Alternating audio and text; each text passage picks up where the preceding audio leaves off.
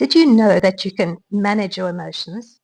I'm not saying there's an on-off switch, but if you understand the emotions and why you're feeling what you're feeling, you can use techniques to get you better at managing these emotions. Say, for example, you're going to write an exam or you're going to have a tough negotiation or meeting. You can prime your body beforehand and it will help you perform better. So today we're going to talk about 4 things. The way the brain processes stimulus, and that it triggers chemicals, and these chemicals cause reactions. So how to stimulate the feel-good chemicals like dopamine and serotonin. And then we'll also explore how long these chemicals stay in your body, because that will help you understand why you're feeling what you're feeling better, and give you some tips on how to cope when emotions get the better of you. So let's start with the basics. Your brain is constantly working behind the scenes to process emotions. And these emotions are triggered by chemicals in your body, and these chemicals can help you or they can hinder you. So if you meet your brain's emotional command center, the limbic system, in that system there's a very tiny little thing called the amygdala. And when you sense danger or excitement, your amygdala jumps into action and releases stress chemicals like adrenaline and cortisol. And the adrenaline actually keeps you alive. And these chemicals get in your body and get you ready for action, for fight or flight mode. Have you ever wondered when your heart's racing, your muscles tense up and you feel so stressed? Well, that's those chemicals kicking in. But how do we get back to calm? Here's the thing. When we experience stress, we're flooded with those fight or flight chemicals, and they stay in our body for quite a while. And then we have other chemicals, feel-good chemicals like dopamine, serotonin, and endorphins. And these chemicals make you feel happiness. And you can actually stimulate these feel-good chemicals on purpose. So if we look at the first one, dopamine, it's a reward chemical. And to increase dopamine, you can do things that make you happy, like achieving small goals, exercising, eating nice, tasty food. The next one is oxytocin, and that's good for bonding and trust. And it's increased by hugging, spending time with loved ones, practicing acts of kindness, petting animals.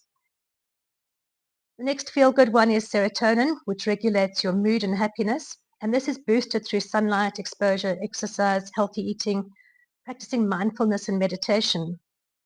And the fourth one is endorphins, which reduce pain and promote a sense of well-being. So to stimulate endorphins, exercise, laughter, dark chocolate, or even spicy food can naturally boost these feel-good chemicals. So you're starting to get the picture that if you want to stimulate them all, just mix it up a little bit. So exercise, physical activity is one of the best ways of getting those endorphins flowing. Laughter really is medicine. There's something called laughter therapy. It releases dopamine and serotonin. And then acts of kindness, social bonding, these trigger the oxytocin, another feel-good chemical, and of course meditation, deep breathing, mindfulness that can lower stress or cortisol. Is this starting to sound like a stress management talk? I think so. So let's talk about the emotions when they get the best of you and what happens when you lose control and feel overwhelmed. Don't worry, it's quite normal. When you stress, the fight and flight chemicals take over, and it's important to remember that these chemicals don't last forever. Fight and flight chemicals are usually fast-acting and tend to wear off quickly after the threat has passed. Adrenaline can wear off in minutes to an hour. Cortisol, which is the one that you have to worry about, because if it stays in the body for long periods, it can lead to long-term health problems, and that can stay for a long time. Then your feel-good chemicals, they last longer, but they generally have a shorter-lived high than the stress chemicals.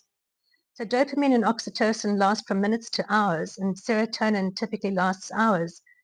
So while the fight and flight chemicals are fast-acting, they tend to wear off quickly after the threat's passed. And your job is to help your body and brain reset. And this is how. First, pause and breathe. It's to take deep breaths, slow down your heart and calm your mind. The second one is actually acknowledging your emotions. It's okay to feel stressed. Recognize this and give yourself permission to feel. Then reassure yourself, remind yourself that you'll get through it. The storm always passes. And finally, take action. Focus on doing one small positive action to help you gain control. By using these techniques, you can actually lower the stress hormones in your body and encourage the feel-good chemicals, and that's all about balance. Remember, emotions are natural parts of life, but by understanding how your brain works, you can manage them more effectively.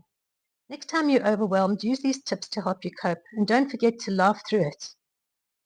Thanks for watching, and if you enjoyed this video, don't forget to like, share, and subscribe, and see you next time when we'll be discussing why communication is still one of the most important leadership skills.